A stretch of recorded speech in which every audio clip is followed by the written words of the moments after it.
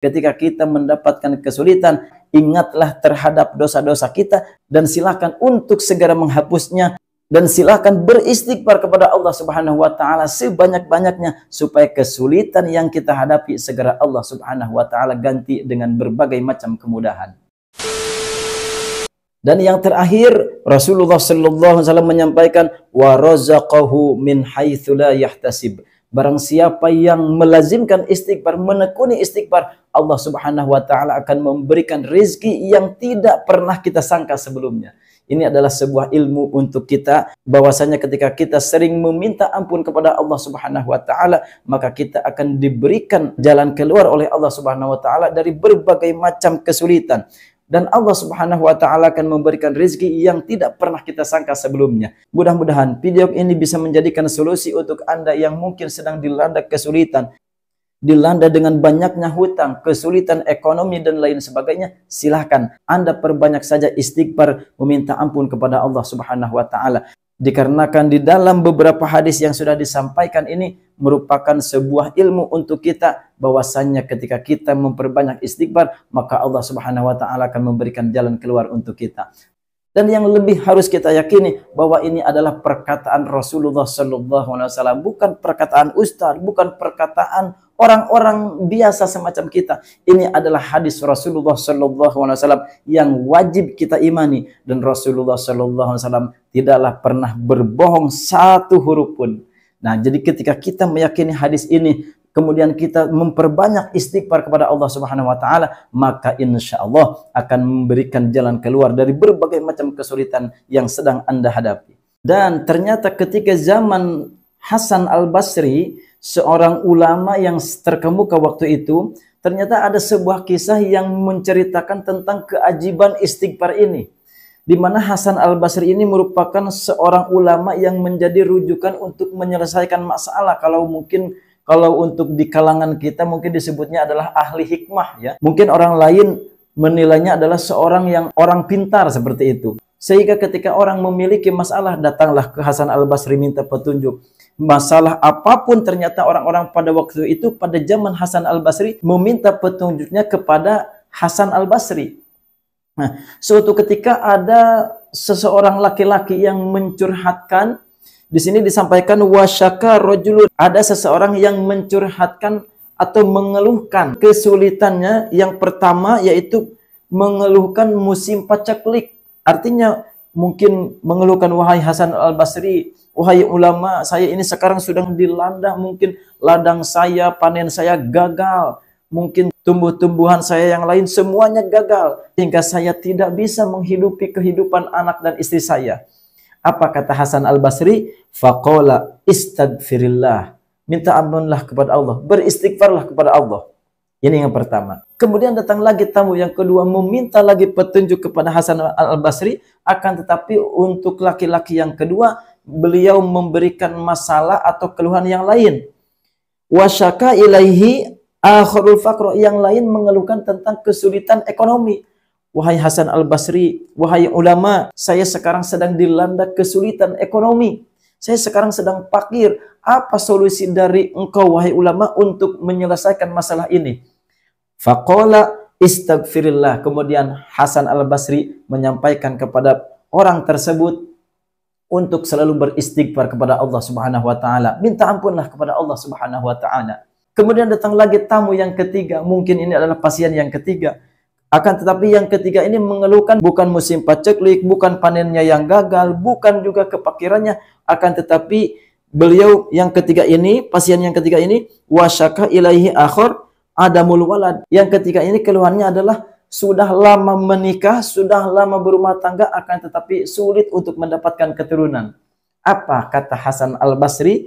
Faqala istaghfirillah. Kemudian Hasan Al-Basri menyampaikan, beristighfarlah, meminta ampunlah kepada Allah. Kemudian ternyata ketiga orang tersebut ketika sudah keluar dari rumahnya Hasan Al-Basri mengumpul atau berbincang-bincang.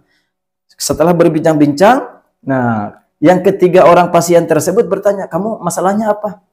Saya mah katanya kebun saya gagal semua, tanamannya tidak jadi, panen saya gagal. Terus kata Hasan Al-Basri apa? Kata ulama, saya disuruh istighfar. suruh banyak istighfar, kata ulama. Kata beliau, saya suruh istighfar. Begitu. Oh, yang kedua, kamu masalahnya apa? Saya masalahnya kesulitan ekonomi. Terus solusi dari Hasan Al-Basri apa? Saya juga sama, disuruh istighfar. Kamu yang ketiga apa? Saya akan mengeluhkan tidak punya anak. Nah, saya juga suruh istighfar. Jangan-jangan Hasan Al-Basri tidak punya wirid yang lain kali ya? Katanya begitu. Yang bertiga ini ngobrol. Ini beda masalah kok sama solusinya. Ini istighfar, ini istighfar, ini istighfar. Padahal masalahnya beda. Nah, disinilah akhirnya yang ketiga tersebut datang lagi kepada ulama Hasan Al-Basri. Assalamualaikum. Waalaikumsalam. Wahai ulama, saya sedikit komplain nih. Komplain apa? Jika disampaikanlah komplainan beliau, orang pasien-pasien tersebut, ya, katanya begini, ulama, kan kita ini beda masalah. Terus, tapi kok solusinya sama, istighfar terus? Jangan-jangan kamu tidak punya wirid yang lain? Oh, seperti itu. Lalu Hasan Al-Basri menyampaikanlah sebuah ayat. Silakan, Mam, begini, kesini, kita kumpul nih. Apa nih? Lihat dalam surah Nuh, ya. Dalam surah Nuh ayat 10 sampai 12. Silakan Anda baca. Apa? Faqultu astaghfiru rabbakum innahu kana ghaffara.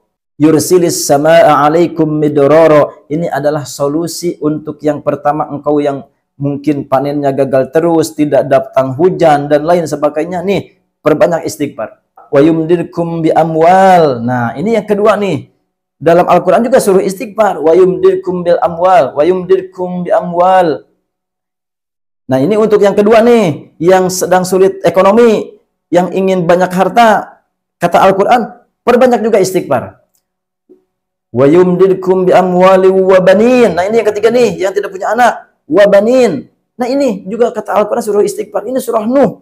Surah Nuh ayat 10 sampai 12. Masa Al-Quran bohong? Nah, akhirnya yang ketiga tersebut menyadari, oh ternyata kita yang salah, kita yang kurang ilmu. Kata yang ketiga pasien tersebut, mohon ampun ulama, mohon ampun kiai, kata yang tiga pasien tersebut, ternyata engkau yang betul.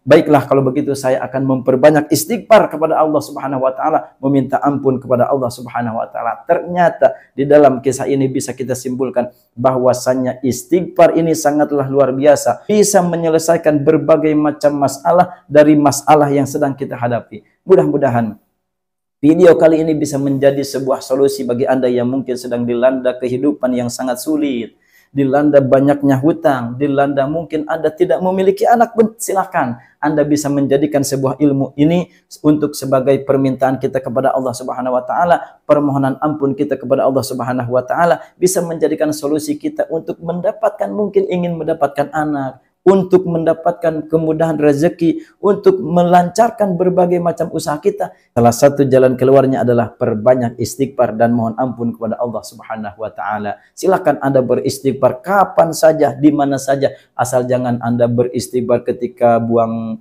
air besar saja ya, ketika BAB. Astagfirullah. Ya, tidak. Itu kurang sopan ya, tidak sopan. Atau mungkin Anda sedang buang air kecil, jangan.